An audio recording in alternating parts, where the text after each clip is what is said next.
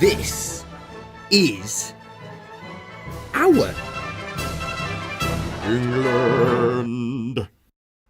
Yeah, just a quick little addendum to what I've just been saying, because people might be a bit confused and they're thinking, well, why are you cursing in one breath and then blessing in another breath? It's like, well, like I just said before, when a child does wrong, you're not going to say, oh, well done, are you? You must find a way of reproving and admonishing the child, because it's childish behavior, it's immature behavior. And so what we're talking about is human beings, all of us, maturing. And the only way you mature is to know what morals and ethics is all about, because it's about protecting the children, our children, my children, your children. But I don't want your children to to have to suffer, just like I don't want my children to have to suffer. And there's a lot of caring human beings out there, but sometimes that system of caring gets out of control, doesn't it, as well?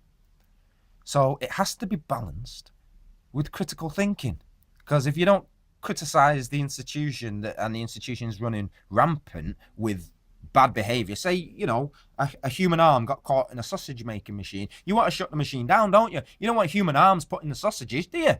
So that's safety. And like everything else, even fictional institutions, they've got these devices of safety to keep, the most important thing, human life, safe. I don't want to try and drift too much from my point. The point is, I will criticize and I will praise because I'm a human being, yeah? And we're allowed, aren't we? You're allowed to do it. All of these people on this page, they're human beings as well, we hope. And they can do it too. They can have likes and dislikes. They might think, oh, that Jules' voice is annoying, man. It's one I'm born with. What do I do? I can intonate it differently. Maybe when I'm moaning, it sounds one way, and when I speak pleasantly, it sounds another way. I had a conversation with a lady on the phone the other day at Housing Benefit, the one that I recorded, and straight away she's jumping into this, oh, you're being rude, because they've just got this mental affliction right now. They're all trying desperately to undermine what we have to say, and it seems like only what they have to say. But in reality, if they stood next to you in front of everybody and had to admit that, they would not admit that. In the same way they wouldn't, want to slate each other and then have to face each other. You know what I mean? They call it common decency. It's just not done, because I suppose there's an ethic in there, isn't there? But is that the whole ethic? Is it better, is open rebuke better than secret love? Well, the Bible tells you that open rebuke is better than secret love, because you're helping your brother or your sister not transgress against nature, against God, against the universe, against all the human beings, against everything. Morals and ethics, eternal virtues, are never, ever, ever, ever, ever gonna die. We'll discover them so long as there's a human race. Even if someone took the written words of every human being and destroyed them all, do you think we'd not find them again? Who written them in the first place? So we'll find them again. You can't get rid of the eternal virtues, and we'll all die before eternal virtues ever die. Yeah, wisdom is forever. Eternal virtues are forever. These are the things that would really mean when we say God. God isn't necessarily like us, but God is still within all of us, and that's why every face here is God. But you're also God, and that's what must be taught. We're all like the image and likeness of the Creator. And hence we can even talk about it and get on abstract concepts that, whoa, you wouldn't talk to a dog about this, would you? They're just not up to that level. We exist in multiple dimensions in our minds because we can imagine abstract concepts. That's another dimension. That's not the physical world. That's an abstract world. That's a type of dimension. That's a type of creation. That's a type of spirit domain. And so when you recognize ethics and morals ties us all together, and why then we need to be critical but also have a solution. And I don't think the solution is just to be always critical. I want them to change. You want them to change, and you want yourself to change as well. And I think that's probably the most important thing. if you're not changing yourself by all of this, they're not going to do it for you. They're actually quite happy and content to live their life as they are. Maybe no one's shown them it's wrong or whatever. Maybe it's not wrong. Live and let live. How about live and let live? That would be even better. Everybody just live and let live. If she wants to wear £1 million hat, let her. If that really makes her happy to wear £1 million hat, yeah. The thing is, it's when they demand support by everybody that lives here. That's the problem. Why people haven't recognised the underlying eternal ethic, eternal morality. Is it right that human beings should sponge off other human beings? Is it right that human beings should force their bills on others? Because in a way, there's sponges in here, isn't there? But in another way, they've come and asked for your permission, so it's okay. So until you say, no, it's not okay, actually. I was just born, and friggin' hell, who are you? No, I don't give you consent to that. I have the authority. I want that. It's for me as well. There's too much planet Earth. You're going to hold it all in your hands and hug it? Come on. You can't own everything. You can't have all the stuff and put it in your pockets. There's plenty to go around. But maybe there's not plenty of people who could put together and string together a sentence that's coherent, that makes sense, and shows, I am responsible, give me what's mine, thank you. You know? Could you, as one human being, take care of millions of acres of farming land? No, could you, heck? You'd always need people, or machines, or whatever.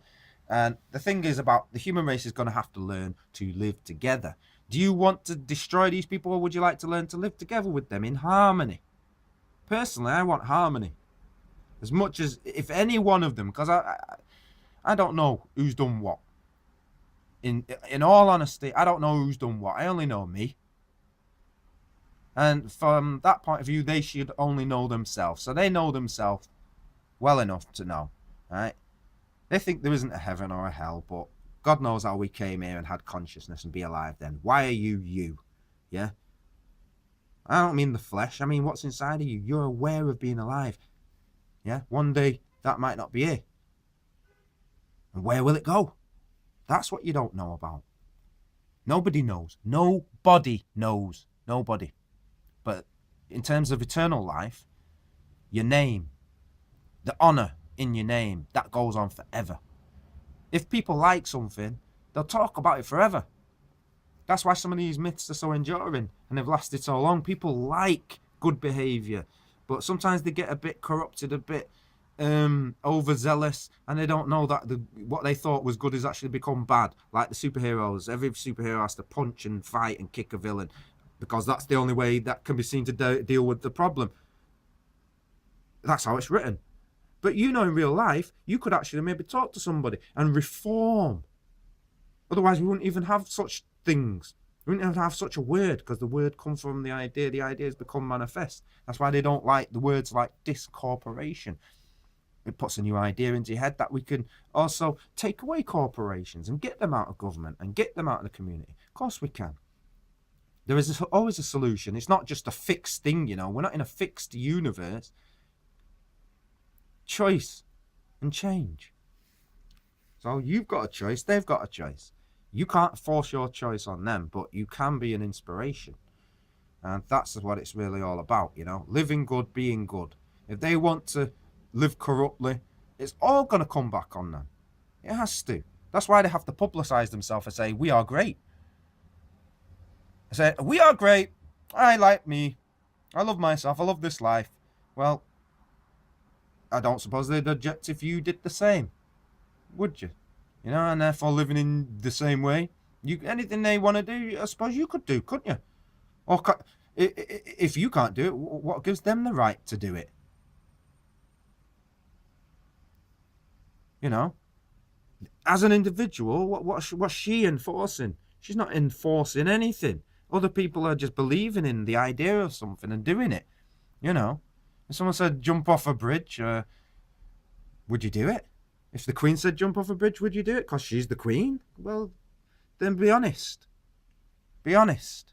Yeah? Because they can't represent anything about you. You represent you. Your mum and dad are even closer to you than they are. They're the ones that filled you, or should have filled you, with the morality. And that's why, being a parent is a vital role. Everything is about the family, because, parents care automatically. It's inbred, it's chemically built. There's nobody supposed to be better for the job than the parent.